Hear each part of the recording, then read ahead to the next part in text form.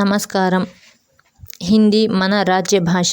భారతదేశం మరియు ప్రపంచంలో అత్యధికంగా మాట్లాడే భాష హిందీ.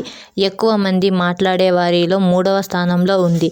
హిందీ మరియు ఇంగ్లీష్ రెండూ భారతదేశంలో 2 అధికారిక భాషలు. చట్టం, న్యాయ వ్యవస్థ, కేంద్ర ప్రభుత్వం మరియు రాష్ట్ర ప్రభుత్వాల మధ్య కమ్యూనికేషన్ వంటివి. హిందీ భాష రాష్ట్రంలో మాత్రమే కాదు, ప్రపంచంలో అన్ని వైపులా ఈ భాషను కోట్లాది మంది ప్రజలు మాట్లాడుతున్నారు.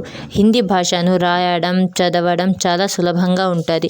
నేర్చుకోవడం కూడా త్వరగా నేర్చుకోగలరు. ఆంధ్రప్రదేశ్లో గవర్నమెంట్ స్కూల్లో 6 నుండి 10వ తరగతి వరకు, తర్వాత ఇంటర్మీడియట్, డిగ్రీల్లో హిందీ లాంగ్వేజ్ అనేది ఉంటుంది.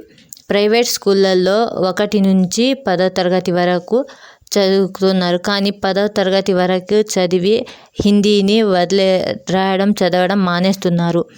మీరు ఆంధ్రప్రదేశ్లో ఉన్న పిల్లలకు అర్థమయ్యే విధంగా చెప్పి హిందీ భాషను చదివించండి. చదువు రాని వాళ్ళు కూడా హిందీని చక్కగా మాట్లాడుతున్నారు. అలాంటప్పుడు చదువుతున్న పిల్లలకు హిందీ తప్పకుండా నేర్పించాలి.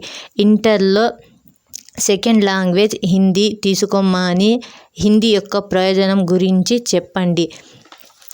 ఉదాహరణకు మీరు గమనించినట్లయితే bus station, railway station, airport, post office, banks ఇలాంటివి ప్రదేశాల్లో కూడా ఆ రాష్ట్రం యొక్క భాషతో పాటు హిందీలో, ఇంగ్లీష్లో రాయబడి ఉంటుంది. బ్యాంక్లో ఉండే అప్లికేషన్ ఫామ్స్ ఇంగ్లీష్ తర్వాత హిందీలో ఉంటాయి. పోస్ట్ ఆఫీస్లో కూడా అలానే ఉంటాయి. ఇక ప్రయాణించేటప్పుడు బస్ స్టేషన్లో కానీ, రైల్వే స్టేషన్లో కానీ, ఎయిర్పోర్ట్లో కానీ ప్లాట్ఫామ్ పేర్లు గమనించినట్లయితే ఆ రాష్ట్రం భాషతో పాటు హిందీ, ఇంగ్లీష్లో తప్పకుండా రాయబడి ఉంటాయి. ప్రకటనలు కూడా ఆయా రాష్ట్రాల భాషతో పాటు హిందీ, ఇంగ్లీష్లో స్పష్టంగా చెప్పబడతాయి. ఆంధ్ర రాష్ట్రంలో, తెలంగాణ రాష్ట్రంలో తెలుగుతో పాటు ఇంగ్లీష్ తర్వాత హిందీలో రాయడం, ప్రకటించడం జరుగుతుంది. కర్ణాటకలో కన్నడ, హిందీ, ఇంగ్లీష్లో రాస్తారు. కానీ ఇంగ్లీష్ వచ్చిన వాళ్ళు ఇంగ్లీష్లో రాసింది చదవగలరు. వినాలి అన్నా కూడా ఇంగ్లీష్, కన్నడ, హిందీ, కర్ణాటక హిందీనే. కర్ణాటక బార్డర్లో ఉన్న కొంతమంది కన్నడ కూడా చదవగలరు. కేరళ అనగానే పచ్చదనంతో నిండి ఉంటుంది. అలాంటి అందమైన ప్రదేశంలో కూడా చాలా మృదువుగా హిందీని మాట్లాడుతున్నారు.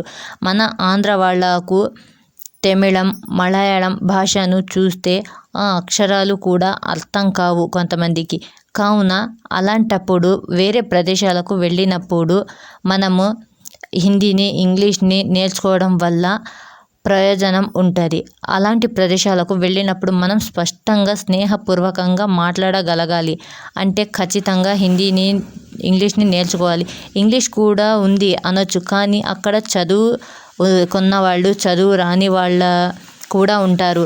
చదువు రాని వాళ్లకు హిందీ మాత్రమే వస్తుంది. కాబట్టి హిందీ నేర్చుకోవడం వల్ల చాలా బెనిఫిట్స్ ఉంటాయి.